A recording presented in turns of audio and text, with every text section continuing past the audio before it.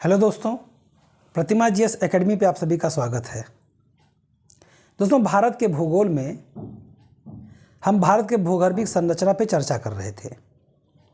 आप लोग लाइक करें, शेयर करें।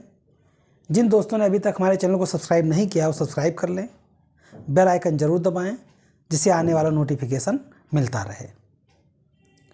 भारत के भूगर्भिक संरचना में हमने चर्चा किया था आर्कियन समूह, उसके बाद धारवाड़ समूह, कुडप्पा समूह और आज चर्चा करेंगे विंध्यन समूह पे। जिस तरह की एक विकास की प्रक्रिया होता है, क्रम होता है, विकास का क्रम होता है, उस क्रम के आधार पर मैंने बताया था आर्कियन समूह। उसके बाद जब आर्कियन समूह का अपक्षय हुआ, निक्षेपण हुआ, तब बना धारवाड़ समूह। उसके बाद में कुडप्पा समूह और इसके बाद में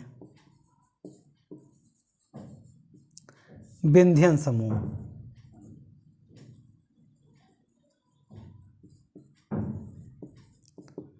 विंध्यन समूह बना। तो आज हम चर्चा करेंगे विंध्यन समूह से संबंधित चट्टानें, इनकी क्या विशेषता है। देखिए, जब आर्कियन समूह और धारवाड़ समूह की संरचनाएं बनी तब ना तो किसी प्रकार का कोई पेड़ पौधा था और ना ही मानव की उत्पत्ति हुई थी। जब पेड़ पौधे नहीं हुए, मानव की उत्पत्ति नहीं हुई, तो जीवाश्म नहीं पाए जाते। परंतु जैसे जैसे चट्टानें अपरदित होती गईं, निक्षेपित होती गईं और जीव की उत्पत्ति होता गया, फिर वह जीवाश्म ईंधन की भांति, कोयला ईंधन की भांति और अन्य जीवाश्म अवशेष प्राप्त होते चले गए। विंध्यन क्रम की चट्टानें जो हैं, इसका निर्माण कुडप्पा चट्टानों के बाद हुआ। जैसा कि मैंने अभी बताया कि एक क्रम चल रहा है, एक क्रम की तरह आपको याद रखना है कि जो भारत की संरचनाएं हैं वो भूगर्भिक संरचना किस तरह से चला, जबकि जो वैश्विक संरचना है, पृथ्वी की संरचना है, पूरी पृथ्वी की, उस पूरी पृथ्वी में भी आर्कियन समूह जो है सबसे प्राचीन ही है और पृथ्वी का एक भाग होने के नाते भारत का क्रम लगभग वही चलेगा। नामकरण में अलग अलग अंतर देखने को मिलेगा।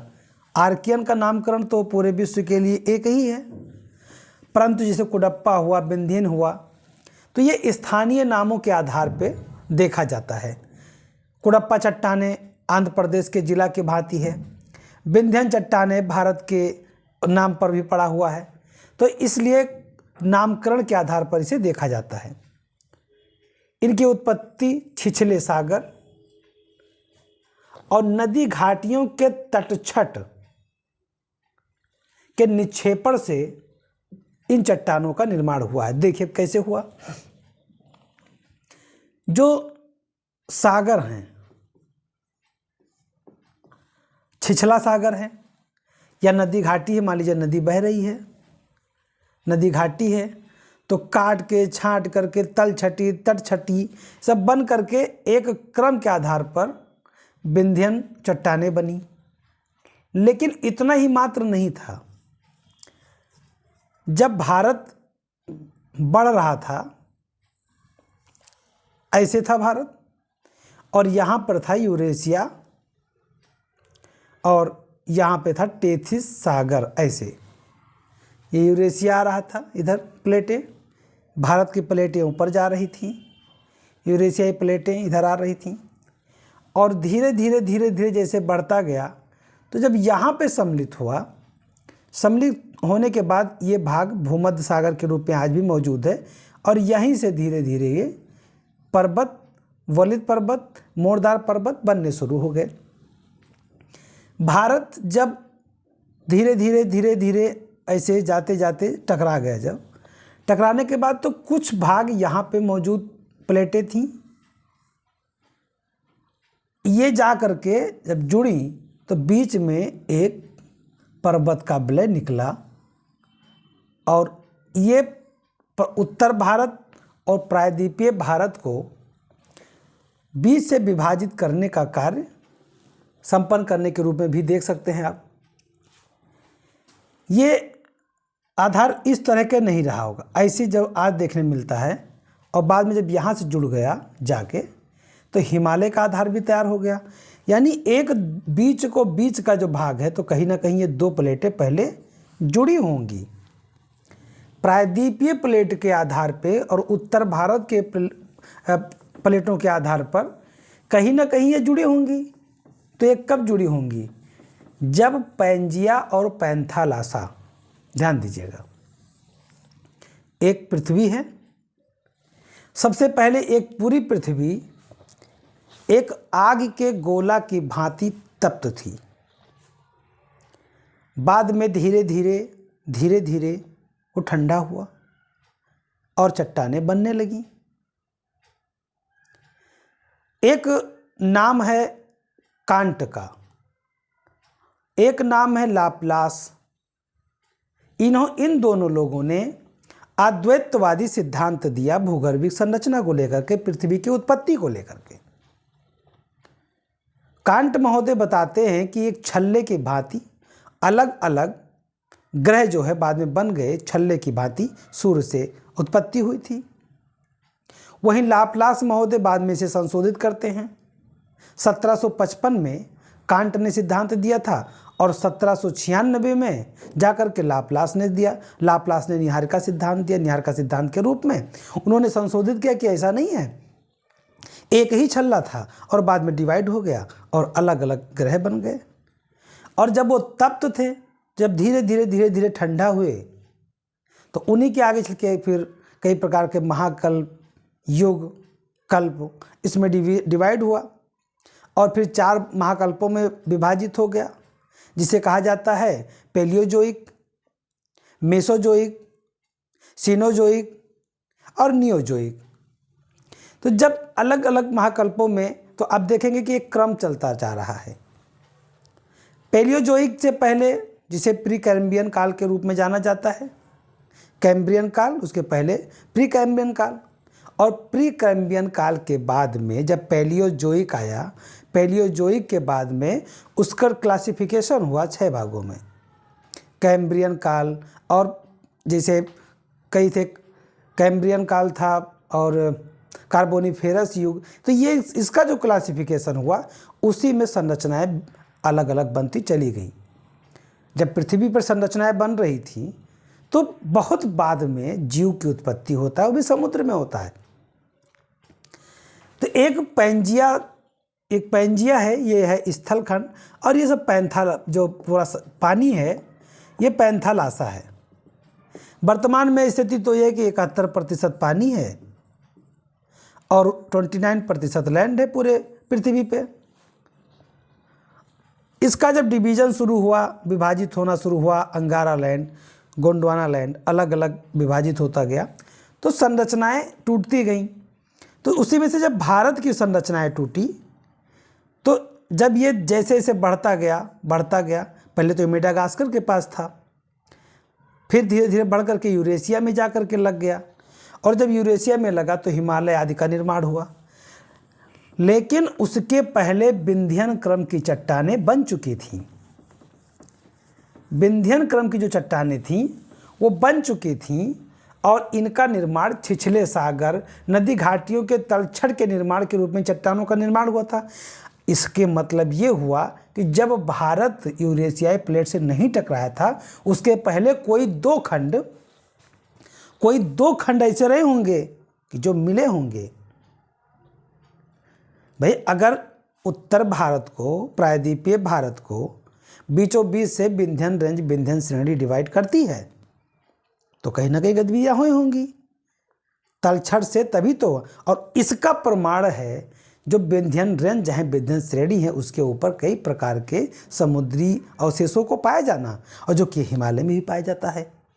तो हिमालय का तो टेथिस सागर अप्रूव्ड हो चुका है कि वहाँ पे एक टेथिस सागर था, और जब दोनों प्लेटें महाद्वीपीय प्लेटें, जैसे एक तरफ भारतीय प्लेट एक तरफ यूरेशियाई प्लेट टकराए और ऊपर बढ़ करके चले गए। वहीं इन चट्टानों में सूक्ष्म जीवों के प्रमाण मिलते हैं। अब ध्यान देने की बात तो यह है कि आर्कियन चट्टान,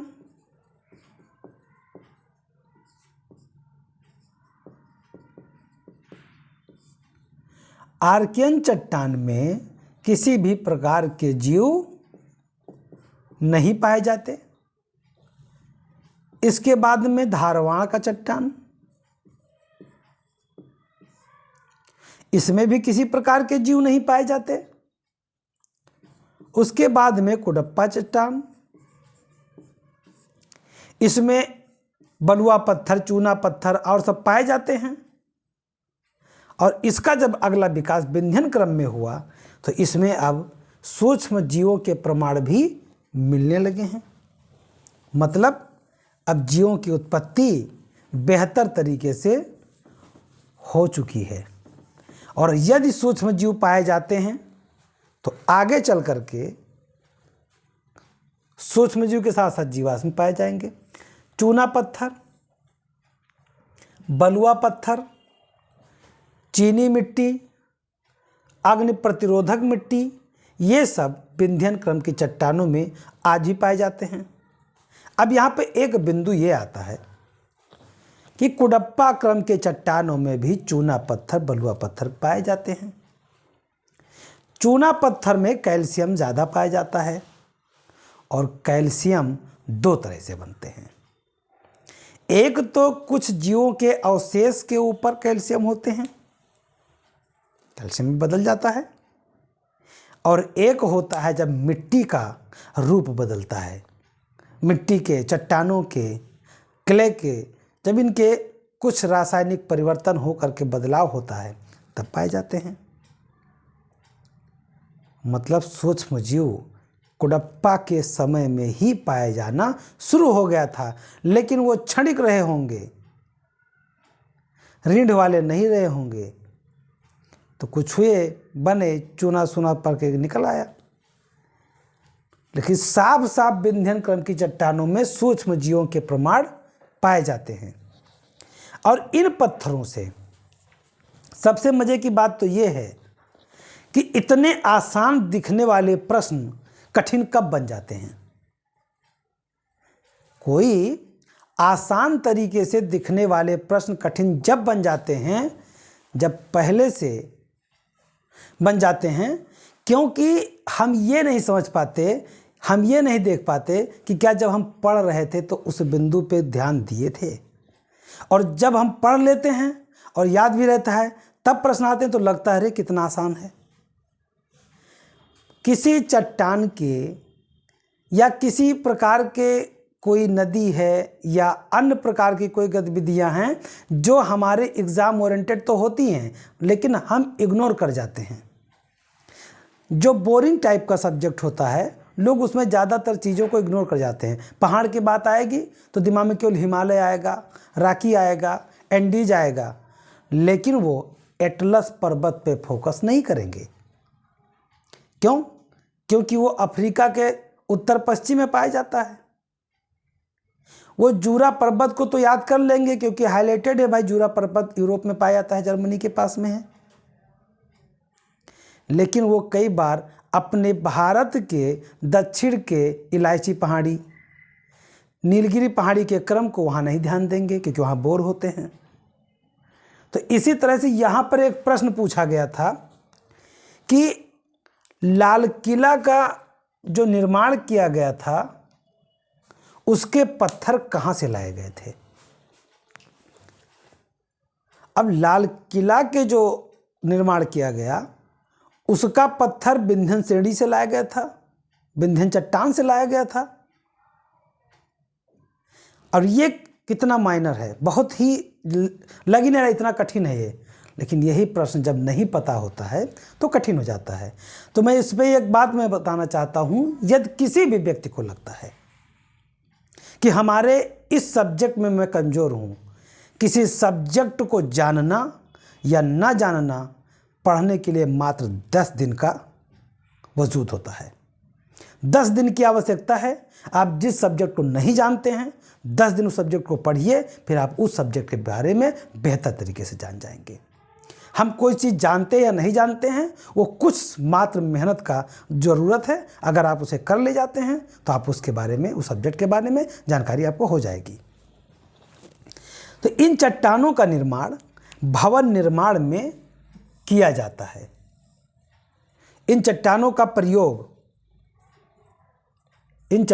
प्रयोग भवन निर्माण के लिए किया जाता है, जैसे सांची का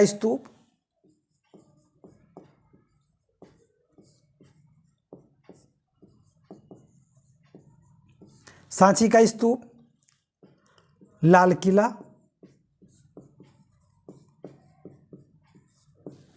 जामा मस्जिद,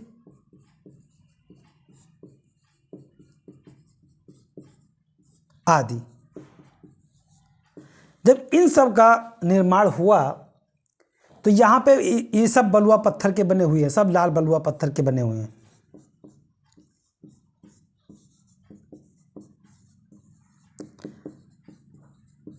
लाल बलुआ पत्थर के बने हुए हैं। अब यहाँ पे एक प्रश्न आता है कि लाल बलुआ पत्थर से बने हुए जो ये मकान या जितने प्रकार के जो टूरिस्ट प्लेस हैं, बड़े बड़े भवन हैं, बिल्डिंग्स हैं, ये आर्कियन चट्टान से क्यों नहीं बना? प्रश्न दिमाग में आ सकता है। तो साथियों, आर्कियन समूह की जो चट्टानें हैं ये शुरुआती दौर की थीं। वहाँ पे नीस, ग्रेनाइट जैसे कठोर चट्टान थे, और कठोर चट्टान को तराशना आसान नहीं होता है।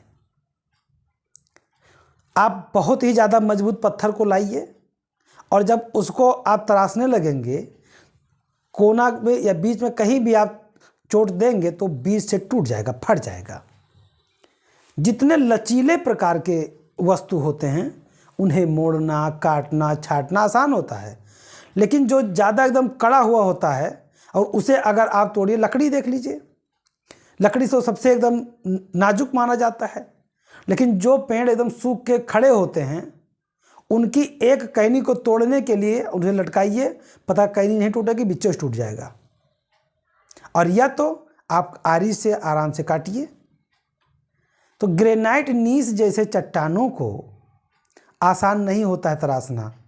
लोग कहते नहीं हैं कि मेरा दिल है, ये कोई पत्थर थोड़े है कि पिघले ही ना। अरे भाई, पत्थर भी पिघलता है, पिघलाने वाला तो चाहिए। तो यहाँ पे लाल बलुआ पत्थर सांची, लाल किला, जामा मस्जिद आदि जैसे जो भवन हैं उसके लिए प्रयोग किए गए, और इनके प्रयोग के लिए चुनार का, जो चुनार से पत्थर निकाले जाते थे, तो चुनार कहाँ पे है? ये विंध्य श्रेणी के चट्टानों के पाया जाता है। जब अशोक अपने स्तंभ अलग अलग लगवाते थे, बनवाते थे, तो उसके पत्थर भी चुनार से ही आते थे। चुनार के खान से पत्थर निकाले जाते थे, उसी का इस्तेमाल अशोक करते थे। मतलब विंध्यन क्रम की चट्टानों का महत्व है भवन निर्माण के लिए प्रयोग करना, जिसमें सांची का स्तूप भी अशोक ने ही बनवाया था। लाल किला, जामा मस्जिद, ये मुगल काल के इमारत हैं। आज इन संरचना को लाल बलुआ पत्थर से निर्मित किया गया। अब केवल पत्थर की तो बात है नहीं भाई, केवल पत्थर से बात करूं ये पर्याप्त तो नहीं जब तक हीरा पन्ना की, जवाहर की बात ना कर लूं। हीरा पन्ना जब लाल किला बना, लाल किला में एक नगीना करके भवन होता था। कई ऐसे भवन थे जिसमें औरंगजेब ने भी बनवाया। शाहजहां तो पूरा लाल किला का आधार ही दिए थे। साथियों उसमें अलग अलग हीरे मोती जवाहर सब लगाए जाते थे। भाई मुगल हैं, राजा हैं, बादशाह हैं, वो जिस कुर्सी पे बैठे अगर सोने चांदी के आभूषण हीरे जवाहरात न लगे हों तो बेकार है। तो साथियों जो पन्ना हीरा ये सब पाए जाते थे वो भी विंध्यन श्रेणी में पाए जाते थे। जैसे मध्य प्रदेश के पन्ना जिला में हीरे की खान है और कर्नाटक के गोलकुंडा में हीरे की खान है, और ये सब इसी क्रम के चट्टानों में स्थित हैं। हीरा, सोना, ये सारे के सारे विंध्यन क्रम के चट्टानों में पाए जाते हैं। इसका मतलब है कि यहाँ पे कुछ और होगा। यदि हीरा पाया गया, हीरे की खान पाई गई है, तो मतलब कुछ और है। क्या है? मतलब यहाँ कार्बन है, और यदि कार्बन है तो मतलब कोयला भी है, क्योंकि कोयले से हीरा बनता है। यानी क्रम के साथ ही सही इन चट्टानों में अवशेष, जीवाश्म कुछ ना कुछ मिलना शुरू हो गया। हीरा मिला मतलब कार्बन जरूर है, कार्बन है मतलब कोयला जरूर है। तो हर बातें लिखी नहीं जा सकती हैं, कुछ कोरिलेट करके भी बताया जा सकता है। तो पन्ना के कर्नाटक जिले में गोलकुंडा, यहाँ की जो हीरे की खान है वो विंध्यन क्रम के चट्टानों की स्थिति में स्थित है, विंध्यन क्रम की चट्टानों में स्थित है। अब चट्टानों का विस्तार कहाँ कहाँ हो सकता है? सोन नदी घाटी से सेमरी श्रेणी तक, सोन नदी घाटी से सेमरी श्रेणी। अब ध्यान दीजिएगा, ये भारत है, ऐसे बना लीजिए, भारत समझ लीजिए थोड़ा सा। सोन, ये गंगा नदी आती है, हिमालय का वो है, सोन गंगा में जाके मिलती है, यानी सोन घाटी के पास है। मतलब ये इस तरह की श्रेणी जो विंध्यन श्रेणी गई है, इसके यहाँ से दूसरा आंध्र के दक्षिण पश्चिम चट्टान में, दक्षिण पश्चिम चट्टान में, मतलब यहाँ मतलब पूरे प्रायद्वीप को समेटने वाली है। आंध्र प्रदेश के दक्षिण पश्चिम भाग में कुरनूल श्रेणी, भीमा नदी घाटी से भीमा श्रेणी, भीमा नदी घाटी से भीमा श्रेणी मतलब दक्षिण भारत ले लिया। वहीं राजस्थान के जोधपुर तथा चित्तौड़गढ़ में पालनी श्रेणी, मतलब यहाँ की बात कर रहा है। यानी कि आप जो विंध्यन पर्वत श्रेणी है इसके दक्षिण में और इससे जुड़े हुए लगभग सभी क्षेत्रों में पाया जाता है। गोदावरी नदी घाटी से नर्मदा नदी घाटी और मालवा का पठार, बुंदेलखंड का पठार, यहाँ पर इन चट्टानों का विस्तार देखने को मिलता है। मतलब ये है कि विंध्यन श्रेणी की जो चट्टानें हैं उन्हीं चट्टानों के आसपास विंध्यन रेंज जो पूरा है, कि आप एक तरफ जो है गुजरात और राजस्थान के बिंदु से, सीमा से लेकर के और छोटा नागपुर पठार होते हुए मेघालय की श्रेणियों तक देखेंगे तो इस क्रम की चट्टानों के पर्याप्त मात्रा में आपको देखने को मिल जाएगा। गोंडवाना क्रम की चट्टानें, ये जो चट्टान है गोंडवाना,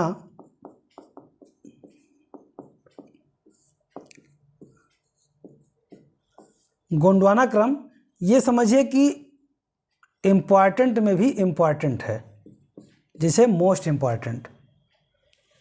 जिस तरह से धारवाड़ चट्टान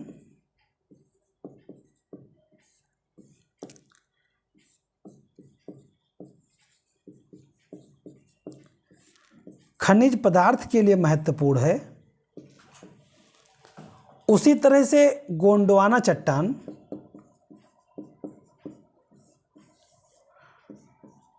कोयला या जीवाश्म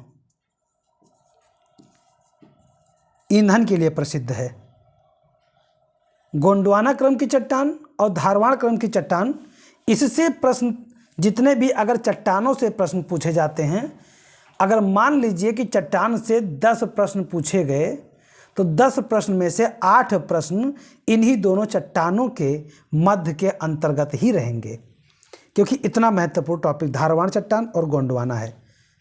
धारवाड़ आर्कियन समूह के निक्षेपण अपरदन के बाद बना था, और वहीं गोंडवाना लैंड का चट्टान इससे बहुत ज़्यादा देर में बना है, यानी कार्बोनीफेरस युग और जुरैसिक युग में ये जाकर के बना है। गोंडवाना क्रम की जो चट्टानें हैं, इन चट्टानों का निर्माण कार्बोनीफेरस युग में हुआ है और जुरैसिक युग के बीच में इसका विस्तार होता रहा है। पहला प्रश्न तो यही बन जाता है, पहला प्रश्न यही बन जाता है कि गोंडवाना क्रम के चट्टानों का विकास किस युग में हुआ। जैसा कि मैंने अभी बताया था कि जब पृथ्वी का संरचना, भूगर्भीय संरचना बन रहा था, तो अलग अलग पैलियोजोइक, मेसोजोइक, सीनोजोइक, नियोजोइक, अलग अलग प्रकार के जो है एरा बनते चले गए। उसके पश्चात उसमें क्लासिफिकेशन होता गया। तो गोंडवाना क्रम की चट्टानें कार्बोनीफेरस युग से लेकर के जुरैसिक युग के बीच में हुआ, और इन चट्टानों का निर्माण के समय हिम युग का भी आविर्भाव हुआ। मतलब अब बर्फ भी आपको देखने को मिलेंगे, बर्फ भी देखने को मिलेंगे, और हिम नदियों के कारण उच्च पर्वतीय भागों का अपरदन हुआ, उच्च पर्वतीय भागों का अपरदन हुआ, और निक्षेपण नदी घाटियों के छिछले जल क्षेत्रों में एकत्र हुए। नदियां उपजाऊ बन गई और इनमें प्राचीन काल के वृक्ष आदि पैदा हुए। मतलब जब गोंडवाना लैंड का, गोंडवाना की चट्टानें आई, तो गोंडवाना की चट्टानें किस युग में बन रही हैं? कार्बोनीफेरस युग में बन रही हैं, जुरैसिक युग में उनका विस्तार हो रहा है। इसके मतलब है कि जो बड़े बड़े पेड़ बनने लगे, जैसे जब बड़े पेड़ बनेंगे, दबेंगे, तब तो कोयला बनेगा, और कोयला गोंडवाना क्रम की चट्टानों में पाया जाता है। मतलब कार्बोनीफेरस युग में कोयला यानी पेड़, पकड़िया, बड़े बड़े वृक्ष, ये सब दब करके अपना रूप ग्रहण करने लगे थे। कोयला 4 प्रकार के होता है, जिनमें से एंथ्रासाइड कोयला, बिटुमिनस कोयला बेहतर होता है, सबसे बेहतर होता है एंथ्रासाइड कोयला, फिर बिटुमिनस होता है, फिर लिग्नाइट होता है, और फिर एक पील कोयला का होता है, पीट कोयला बोला जाता है, जो शुरुआत होता है कच्चा कोयला होता है। यानी कि गोंडवाना क्रम में पहला पूछा जाएगा किस युग में बना, तो कार्बोनीफेरस युग में, और ये क्वेश्चन 1-2 बार नहीं, कम से कम 10 बार आया है। और यहाँ पे जब उच्च पर्वत भागों का अपरदन और निक्षेपण हुआ, उसके बाद में छिछले जल क्षेत्रों को एकत्र करते हुए नदियाँ उपजाऊ बनी, और प्राचीन काल में वृक्ष का यानी वृक्षजात पैदा हुए। कार्बोनीफेरस युग में प्रायद्वीपीय भारत में कई दरारों का निर्माण हुआ। इन दरारों में ये वनस्पतियां दब गईं और पृथ्वी के अंदर अत्यधिक ताप के एवं दाब के कारण कोयले में परिवर्तित हो गईं। ये पॉइंट यहाँ पे आपको ये देखने को मिलेगा कि कार्बोनीफेरस युग में किस तरह से कोयले का निर्माण हुआ। भाई जब निक्षेपण होगा, अपरदन होगा, बड़े बड़े चट्टानें टूटेंगी, तो कुछ ना कुछ कहीं ना कहीं अलग गतिविधियां भी करेंगी। अगर चट्टानें फट रही हैं तो पेड़ है, पकड़िया है, अन्य प्रकार के जीवाश्म हैं, अन्य प्रकार के जीव हैं, दब जाएंगे, मर जाएंगे। जैसे हाल ही में अभी तुर्की में देखिए भूकंप आया, भूकंप आया तो जहाँ पे भूकंप का अधिकतम केंद्र था वहाँ की दीवार, वहाँ के जो सड़कें हैं वो फट गई बीच से। जब फट गई तो उसके आसपास में अगर कोई पेड़ होता, कोई चीज़ होता तो वो नीचे दबता और फिर एक समय आता जो कि पृथ्वी के नीचे तापमान ज़्यादा है, एक समय के बाद में नीचे सब कुछ गल जाता है। ताप और दाब की वजह से जो वनस्पतियां दब गई थीं उनका निर्माण हुआ, कोयला के रूप में कन्वर्ट हो गई, कोयले के रूप में परिवर्तित हो गई। इसीलिए गोंडवाना क्रम की चट्टानों में ही कोयला लगभग 90% कोयला, वैसे कहीं कहीं बुक में तो मिलता है 98% कोयला गोंडवाना क्रम की चट्टानों में पाया जाता है, लेकिन फिर भी 90% एकदम गोंडवाना क्रम की चट्टानों में ही पाया जाता है। ये एकदम से आपको पता होना चाहिए। भारत का 90% कोयला इन्हीं चट्टानों में पाया जाता है। भारत का 90% कोयला गोंडवाना क्रम की चट्टानों में पाया जाता है। इनका विस्तार कहाँ कहाँ पे हुआ? इनका विस्तार महानदी घाटी, गोदावरी घाटी, कच्छ, काठियावाड़ ये गुजरात में है, पश्चिमी राजस्थान, मद्रास, गुंटूर, कटक, राजमहेंद्री, विजयवाड़ा, तिरुचनापल्ली, रामनाथपुरम, सोन घाटी, दामोदर घाटी, वर्धा घाटी आदि में देखने को मिलता है। मतलब इसका ये है कि लगभग पूरे भारत में गोंडवाना क्रम की चट्टानें देखने को मिलती हैं। यहाँ पे 3 प्रश्न आपको एकदम से याद करके रखना है। पहला ये है कि गोंडवाना क्रम का जो चट्टान है वो विकास कब हुआ? तो कार्बोनिफेरस युग से शुरू हुआ और जा करके जुरासिक काल के बीच में जा करके तैयार हुआ। इसमें अपर्दन हुआ, हिम दिखने को मिले, ये पॉइंट भी इम्पॉर्टेंट है। हिम देखने को मिले और उसके बाद धीरे धीरे पेड़ पौधे पैदा हुए। लेकिन कार्बोनिफेरस युग में ही प्रायद्वीपीय भारत में कई दरारों का निर्माण हुआ और उन दरारों में वनस्पतियां दब गईं। दबने के बाद में पृथ्वी के अंदर अत्यधिक ताप एवं दाब के कारण कोयले में परिवर्तित हो गए और भारत का लगभग 90% कोयला इसी प्रकार के चट्टानों में पाया जाता है। ये आपको इतना ध्यान रखना है गोंडवाना क्रम के चट्टानों में। दक्कन ट्रैप की चट्टानें, दक्कन ट्रैप की चट्टानें ये मेसोजोइक युग में अंतिम काल क्रेटेशियस काल में निर्मित हुआ। और दक्कन ट्रैप का मतलब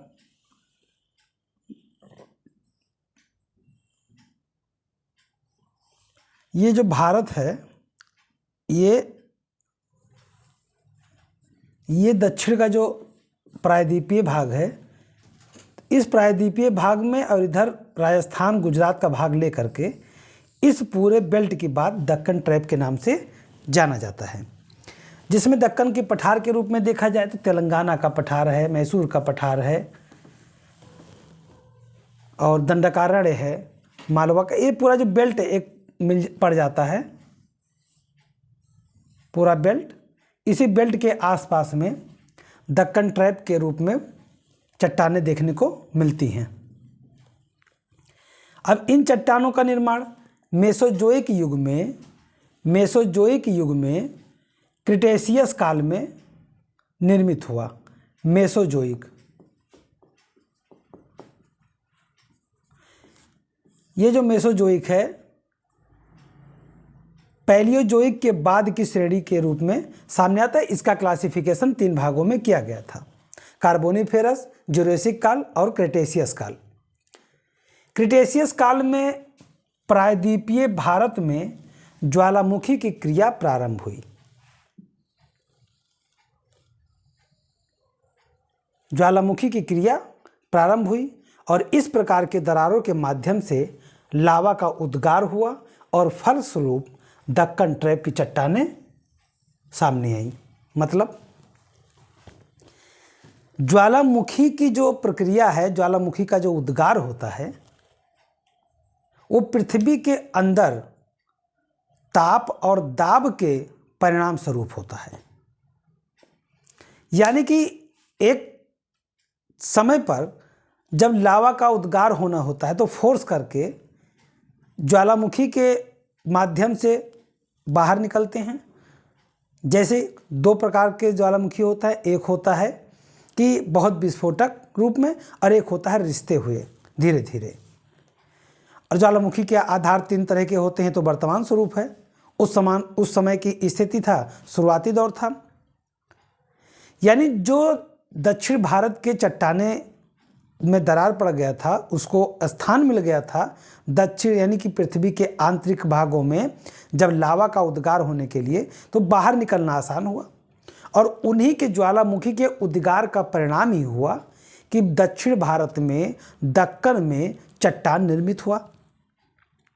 और वही चट्टान दक्षिण भारत के दक्कन ट्रैप के नाम से जाने गए। और उसी दक्कन ट्रैप के अंतर्गत दंडकारण्य पठार है, तेलंगाना का पठार है, मैसूर का पठार है, दक्कन का पठार है। तो ये सारी चीज़ें दक्कन ट्रैप के अंतर्गत सारे पठारों को समझा जाता है। और दक्कन ट्रैप के माध्यम से ही जो काली मिट्टी, जिसे रेगुर मिट्टी, कपासी मिट्टी के नाम से जाना जाता है, उनकी उत्पत्ति हुई, उसका विकास हुआ। यानी कि दक्कन ट्रैप में बेसाल्ट, डोलोमाइट, इसके द्वारा निर्मित संरचना है ये। यानी दक्कन ट्रैप में बेसाल्ट और डोलोमाइट जैसे चट्टानें पाई जाती हैं। और इन्हीं के अपर्दन और निक्षेपण के माध्यम से काली मिट्टी का निर्माण हुआ। इसी काली मिट्टी को कितने नाम से जाना जाता है?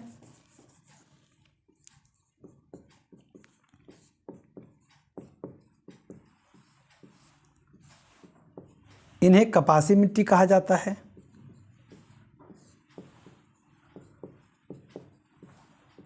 क्योंकि कपास का उत्पादन इस मिट्टी में किया जाता है।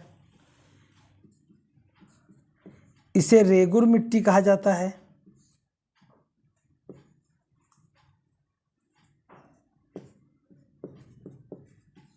रेगुर मिट्टी के नाम से जाना जाता है।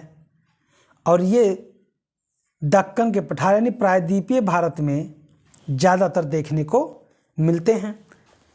और दक्कन ट्रैप के बाद में जो अंतिम चट्टान है वो है टर्शियरी क्रम की चट्टानें।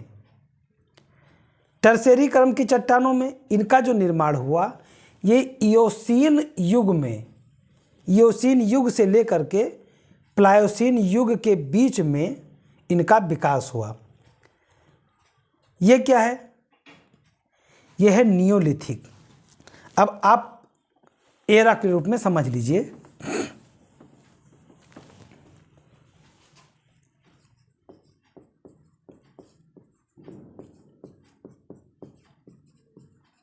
पेलियोजोइक,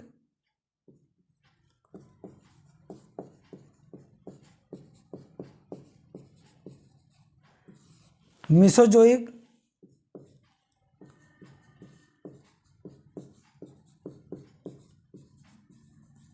सीनोजोइक,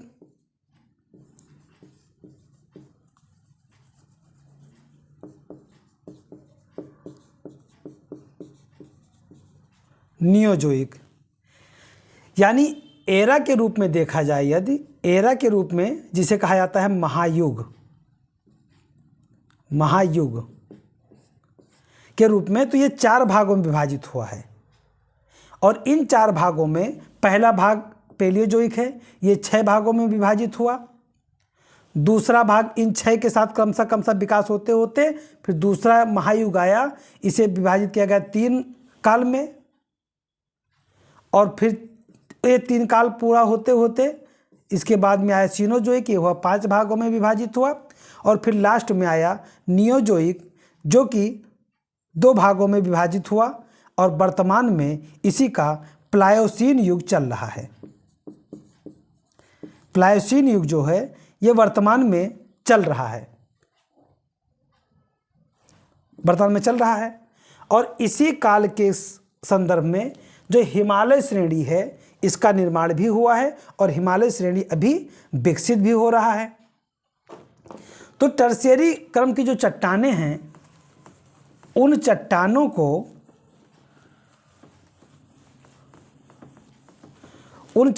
को भारत में केवल तटीय क्षेत्रों में देखा जा सकता है। ध्यान रहे, टर्शियरी क्रम की जो चट्टानें हैं भारत में केवल तटीय क्षेत्रों में देखा जाता है, परंतु हिमालय श्रेणी में भी इस क्रम की चट्टानें पाई जाती हैं। तो तट की बात है, तो वहाँ पे भी पहले सागर था, वहाँ भी तट है, तो तट के आसपास पाई जाती हैं, तो केवल तटीय श्रेणी पाया गया है। अब आप देखेंगे कि एक पूरा आपको मैं फ्रेम बना देता हूँ, उस फ्रेम के रूप में आप समझिएगा कि कौन कौन सी चट्टानें किस तरह की हैं। शुरुआत में मैंने आपको बताया भूगर्भीय संरचना के रूप में,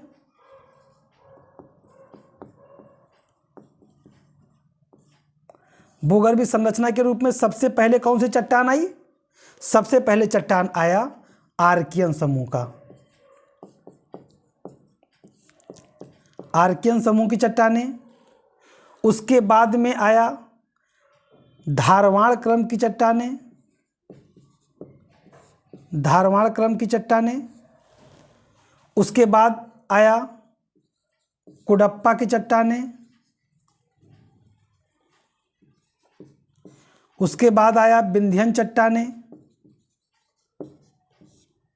विंध्यन कुडप्पा क्रम की चट्टानें, फिर विंध्या क्रम की चट्टानें, और उसके बाद आया गोंडवाना क्रम की चट्टानें, और उसके बाद आया दक्कन ट्रैप, दक्कन ट्रैप की चट्टानें, और अंत में आया टर्शियरी क्रम की चट्टानें। मतलब आपको पूरे भारत के भूगर्भीय संरचना में जो देखना है वो केवल यही देखना है कि आर्कियन समूह, धारवाड़ समूह, कोडप्पा समूह, विंध्यन समूह, गोंडवाना समूह, दक्कन ट्रैप समूह, टर्शियरी समूह। अब इसमें से आपको चुनना है धारवाड़ क्रम की जो खनिज पदार्थ के लिए महत्वपूर्ण है, वहीं गोंडवाना क्रम की चट्टानें कोयला के लिए महत्वपूर्ण है। ये दो आपको ध्यान रखना, धारवाड़ क्रम की चट्टानें खनिज के लिए और गोंडवाना क्रम की चट्टानें आपको कोयला के लिए महत्वपूर्ण रूप से जाना जाता है। दोस्तों, मैं अपने क्लास को पे समाप्त करता हूं। धन्यवाद। जय हिंद, जय भारत।